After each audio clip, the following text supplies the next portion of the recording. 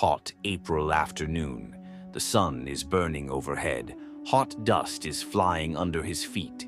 In this scorching heat, Shakib is walking along the deserted road in the sun. His red shirt is already soaked with sweat and has turned brown. It is stuck to his body. His hair is stuck to his forehead. Drops of sweat are continuously falling down his forehead and down the tip of his nose. The whole city is lifeless, lonely. There is no touch of life anywhere. There are no people, no animals. On both sides of the road, all the big buildings are standing. There is no touch of life in them. It is as if a lonely death has come and swallowed the whole city. Shakib feels very out of place in this lonely, dead city. He is walking in a dull manner. He does not know where he came from or how. He does not know where he is going. His feelings are as dead as this city. No feelings are working. This boiling heat, or the scorching sun, cannot attract his attention. Only one signal is being sent from his brain. He must move forward. Keep moving forward. Keep moving forward. Just moving forward. Nothing else. While walking, he crossed the road and came across an alley.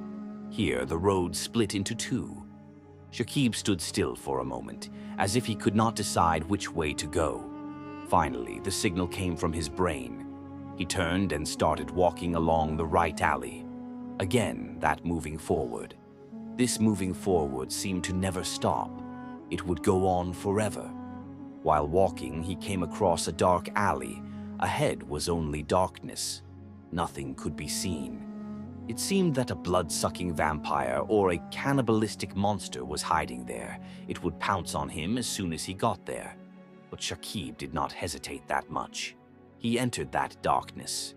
The pitch-black darkness seemed to swallow him up. As he walked, he came back from the dark world to the world of light. He came up on another road. He walked for a while longer. He stopped in front of a huge gate. Shakib looked at the gate. It was very big. On the top of the gate, at the very top, there were 3 big letters written in copper. MRC beyond the gate, a huge cemetery. As far as the eye can see, only graves and graves. Nothing else is visible except the nameplates of white slate stone. Shakib walked a little further. He stopped and was 2 hands away from the gate. A huge gate. At the same time old, but still as strong as before. Hundreds of people were on the other side of the gate, but they were not normal people. They were living zombies. They were coming out of the graves. Some invisible force was bringing them up. No one had half of their head. The rotten brains have come out, rolling down the sides of the ears and onto the shoulders. Some have no arms, some have no legs, some have no half of their bodies. Their intestines have come out. Thousands of gnats are scurrying. Everyone is crowding near the gate. They are groaning, pushing, trying to open the gate and get out. But they are unable to do so because they are being held back by the hatches from this side. Some are trying to reach Shakib with their rotten hands through the small gap in the gate. They are barely able to reach him. Shakib is standing there. He does not move. He is like a stone statue. Some invisible force is telling him, "Go! Open the hatches." Shakib has no control over himself. Some external entity is controlling him. It is he who is sending signals to his brain, and he is acting accordingly. This time, too, he is no different. Shakib moved forward. As soon as he reached him, numerous hands with rotten throats and foul odors grabbed him. Rotten flesh, blood, and pus stuck to his face, neck, and shirt. But he didn't care. He extended his right hand toward the casket. On the handle was a piece of paper in Hebrew. It was taped to the casket. It might be some part of the Holy Bible. Some holy saying. Someone told him, "Pull the paper and tear it." He did so. He pulled the paper and tore it.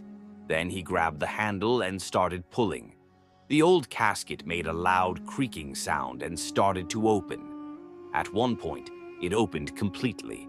The impact of hundreds of zombies immediately opened the 2 large gates. Shakib fell to the concrete road with the impact of the gates. By this time, he had regained his sanity. He had regained control of his brain. He understood everything. He also understood how much danger he was in.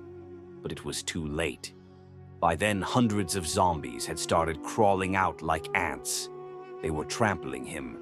Shakib didn't get a chance to stand up. The zombies' rotten throats, brain, blood, pus, and flesh were smeared all over his body. He was about to suffocate from the strong stench. He became desperate to survive. He stood up with great difficulty. But despite his best efforts, he couldn't get out of this crowd of zombies. He was knocked down and fell again. A zombie came at him. It grabbed him. Shakib tried to move the zombie by pushing it with his hand, but a lump of rotten flesh came loose in his hand. He couldn't move it. 2 more zombies came at him. They grabbed him. This time, Shakib lost the ability to move his arms and legs. 2 insects entered through the hole in his nose. The inside of his nose was tingling. He tried to get the 2 insects out by sneezing. He couldn't. He realized that they were slowly going inside. They were reaching his brain. The pain was terrible. Even death was better than this. He gave up hope of survival. He waited for a terrible death. But a few questions came to his mind. Where is it? How did it get here? And why did it come? But he didn't get the answers to the questions. He didn't even have time to think. Before that, a zombie bit his throat. Shakib jumped up and sat up. He looked around. He tried to understand where he was. The dim light was on. He could see everything in that light. A familiar bedroom. He was sitting on a velvet bed in his own bedroom. The AC was on. Still, he was drenched in sweat. Shakib sat there for a while, confused. He tried to understand. His head was spinning. His brain wasn't working. His throat was dry and it hurt even to swallow. He turned on the table lamp. He finished the glass of water on the bedside table in 1 sip. He sat on the bed again. He couldn't understand anything. What had happened all this time? It took him a few more minutes to realize that he had been dreaming for so long. What a strange dream, he thought. Do people dream like that? The rotting bodies of zombies were still floating before his eyes. He could even smell the droppings. Awkward. Somehow, a buzzing sound came from inside his nose. Shakib sneezed. He immediately remembered the 2 insects he had seen in his dream. Ugh, how disgusting. The insects seemed to still be inside his nose. They were tickling his brain. The pain was unbearable. Shakib could feel it. He held his head with both hands. He couldn't understand what was happening to him. He had been dreaming for so long. The 2 insects had entered his nose in his dream, not in reality. So why did he feel like this? Did insects really not enter my nose? He asked himself. But he dismissed it immediately. What nonsense am I thinking? Maybe that's what the headache is like. A migraine. Shakib got out of bed. He found the migraine medicine in the drawer. But there was no water. He went to the washroom. First, he washed his eyes and face well. He also took water for his head. Then he took the aspirin. He came to the room and took the mobile from under the pillow and pressed the power button to turn on the screen. It was 2:15. He also saw something else.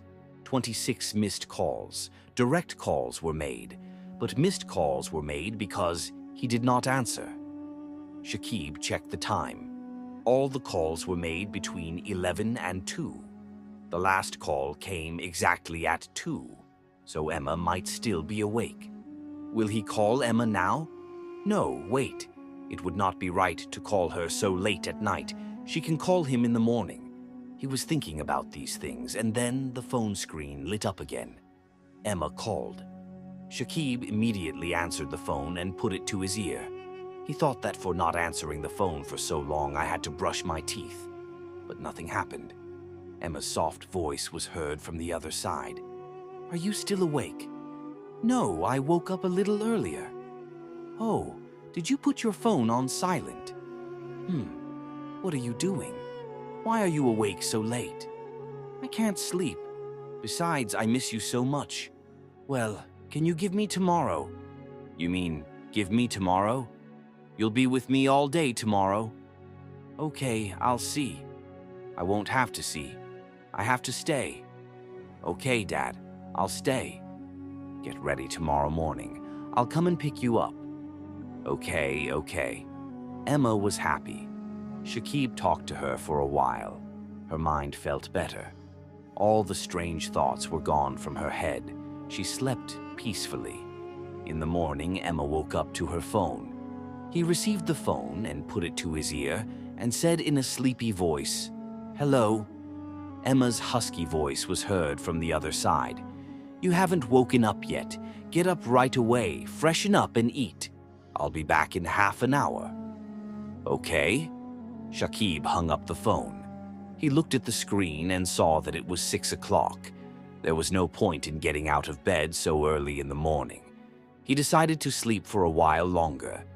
He put the phone on silent and fell asleep. Ice water splashed on Shakib's face. He jumped up and sat up. He looked around. His vision was blurry. It slowly cleared. He saw Emma standing in front of him. She was standing with her hands tied around her waist and an angry expression on her face. She looked incredibly beautiful in this state. "What did you do?" Shakib said softly. "I gave you ice water." Emma's angry voice. "Where did you get the ice?" "I got it from my aunt." "You got it from my mother?" Shakib understood that the question was stupid. Meanwhile, Emma's anger increased even more. She gritted her teeth and said, "I gave you 5 minutes. You will freshen up within that time. Remember, only 5 minutes." Shakib understood that if he was late, he would get hurt. He quickly got out of bed. He went into the washroom. It didn't take more than 5 minutes to come back freshened up. Emma took his hand and brought him downstairs. She took him to the dining room. She fed him with her own hands. Shakib's mother, Mariana Rahman, smiled at the scene standing at the kitchen door. After eating, Emma took Shakib's hand and went to his mother. She said, "Auntie, I went for a walk with your son. I won't be able to see my son again before evening." Mariana Rahman smiled and shook her head. She said, Okay. Go ahead." The two of them went out. Emma brought the car. They traveled all day. They went to County Lane, Hill Valley, and many other places. It was evening now. They were returning home. Emma was driving. Shakib was sitting next to her. Suddenly, Shakib's phone rang. Larry Neely called. He received the phone and put it to his ear. Larry's voice was heard from the other side. "How are you?" "Where are you?" "I'm fine," Shakib said. "I went out with Emma for a while." "How are you? Are you okay?"